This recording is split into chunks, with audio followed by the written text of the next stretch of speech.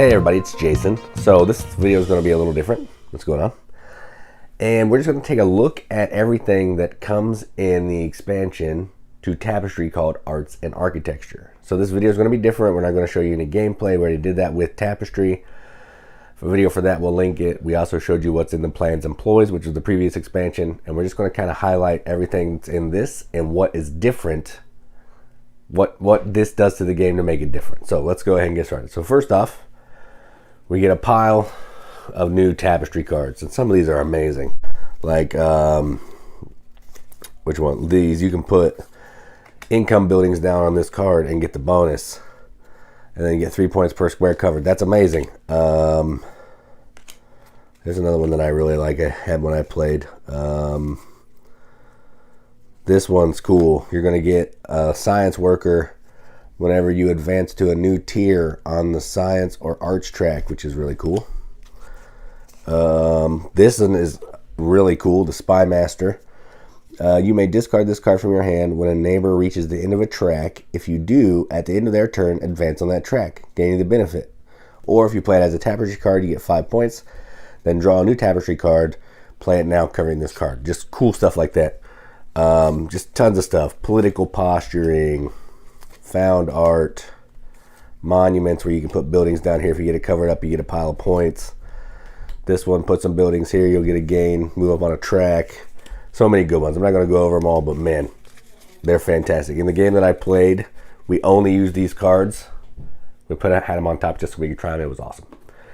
There's new inventions. So we have new kinds of inventions. Just same type of deal, but this one's going to let you put a landmark on it. That's how you're going to progress it to the square level. Some new symbols, which we'll get into in a little bit. Landmark on this, you can move on the arch track. So much good stuff. So a bunch of new Tapestry cards, a bunch of new inventions. That's cool. All right, we also have 5 new civilizations. We have Relentless. I haven't played with all these yet, so I don't know, but this one is at the end of each of your income or advancement turns, if you gain at least one building during that turn, place a player token on the civilization mat. At the end of each of your advancement turns, if you did not gain at least one building on that turn, remove all player tokens from this mat and gain rewards based on the following chart. So you're going to put tokens here, then you're going to take them off and get bonuses, which is pretty cool. I play with the collectors in my game. Whenever you conquer, put a gray building, a landmark, Tapestry card, you get an exploration tile or an invention. You can put it on this tile, this civilization mat, and score points at the end of the game, which is pretty slick. You're also going to get a resource every time you put it down. I also played as the Renegades. You're going to put a cube here on the start, and 4 times in the game, you can decide to waive the benefit on a track that you're moving on to move your cube and get this benefit instead. If you get to the end, it counts as getting into the track for in-game points, which is pretty cool. Urban Planners, I haven't looked at this one a ton. After players have chosen landmark cards at game start, when you gain the Urban Planners, choose an additional card from the landmark deck. If no landmark cards are available, you may discard this to draw a different civilization map. When you gain a landmark, you may place it on this card. If you do, you may place it in your capital city on a future turn. Gain victory points according to the chart below for the largest group of connected landmarks in your capital city. So that's kind of what they do. It's neat. Gamblers, which is what I should play. If you start the game with the civilization, at the end of your first income turn, reveal 3 Tapestry cards. Play one with a When Played ability on top of Maker of Fire. Resolve the ability and discard the other revealed cards. If you reveal no valid cards, add one of the revealed cards to your hand and discard the rest. At the beginning of income turns 2 through 4, reveal 3 cards. Play one with a When Played. If you do not reveal a valid card, add one of the revealed cards to your hand and discard the other. So that's just going to let you get some bonuses for additional Tapestry cards. So those are the new civilizations. Now, let's get into the differences with this game. Well, we also have landmarks, just like Plans Employees. We have 5 landmark cards with some new buildings and different rules on how they come out. This one's flipping cool, man. Castle, that is amazing. I like all of these. These are fantastic little buildings. The sculpts are top notch. So that's similar as the previous expansion, but there's new ones in here. Now let's get to the big differences here.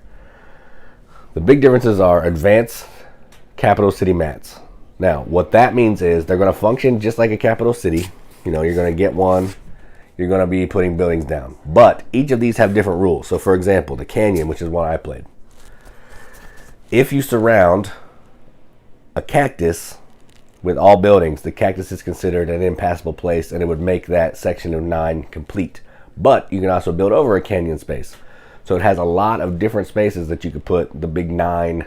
You could put 3 of the big 9 landmarks on here, but you could also, you know, finagle it so you have empty cactuses to have extra points, which is pretty cool. When you do that, you get a resource. I also played with this one, which is cool. Archipelago. If you can fill in any island, you're going to get a resource. There are 9 islands, so that's really interesting. This one's small. This one's small, but you're going to have to be careful what you put in there. Pretty interesting. All right, what's this one? Cavern.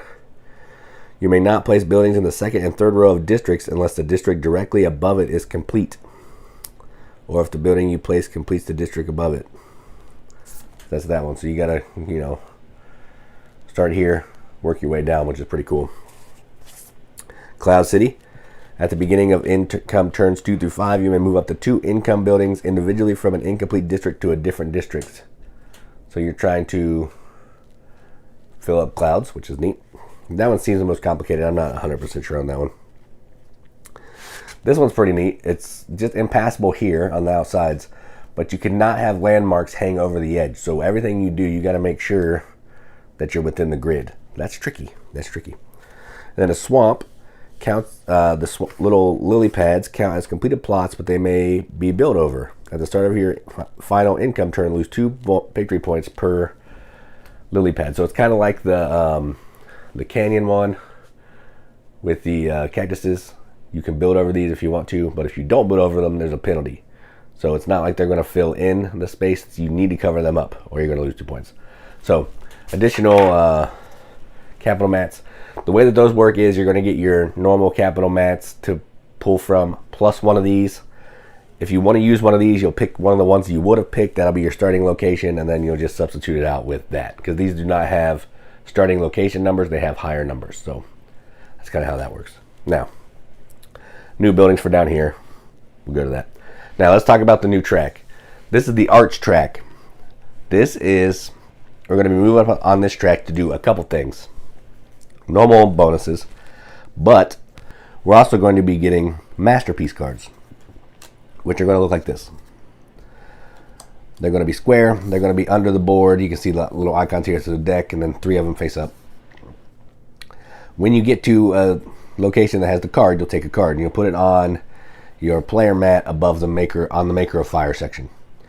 And then during income, you're going to get these bonuses. So if it was my income turn and I had this card, I would get a new exploration tile plus any resource of my choice. And anytime we go to the broadcasting, which is this symbol with the little arrow both ways, I could fire off one of my masterpiece cards as well, which is pretty cool. So that's masterpiece. Next thing is inspiration. Now, this is another big change. Inspiration are these for additional tracks for your player board. Notice there's food, gold, star, and science. I'm not sure what that is. I can't remember what the star is, but there's 4 new tracks. They're the same on both sides. Everybody's going to have the same ones. When you get to inspiration, you can decide to swap out to cover up one of your tracks on your player board with one of these. And notice there's inspiration here, there's inspiration there. There could be some on these that you're going to get, so you could have a possibility of upgrading all 4 of your tracks, which is pretty cool. They're just going to give you new ways to score, more deals. They're just different than the original one, which is pretty neat. So that's a new thing. The last new thing is a new die. You got to have a die that has the arch track on it. So this is a new 20-sided die that now has the arch track on it for the science. And that's it. There's also some solo stuff and shadow variant stuff, which I don't really go into a ton, but it's there if you're interested into it. So that is everything that's in Tapestry Arts and Architecture. And I gotta say, this extra track is fantastic. It doesn't seem like it would add a ton, but it definitely makes your decisions a lot more interesting because, you know, these take different resources. It's two different ones. It's three of whatever. It's two of the same. So you're trying to balance all that. You're trying to balance the other 4 tracks. You're trying to get good masterpieces that you want. Trying to broadcast those, get some inspiration. It's a lot of stuff. So 5 tracks makes it a lot of stuff going on, but I love it. I love the new buildings. I love everything about this expansion. So it's more stuff, which is always good, plus some new interesting tweaks that just make a game that I already liked in Tapestry even better. So that is the arts and architecture expansion for Tapestry. I'm Jason with the Board Game Mechanics, and as always, keep gaming.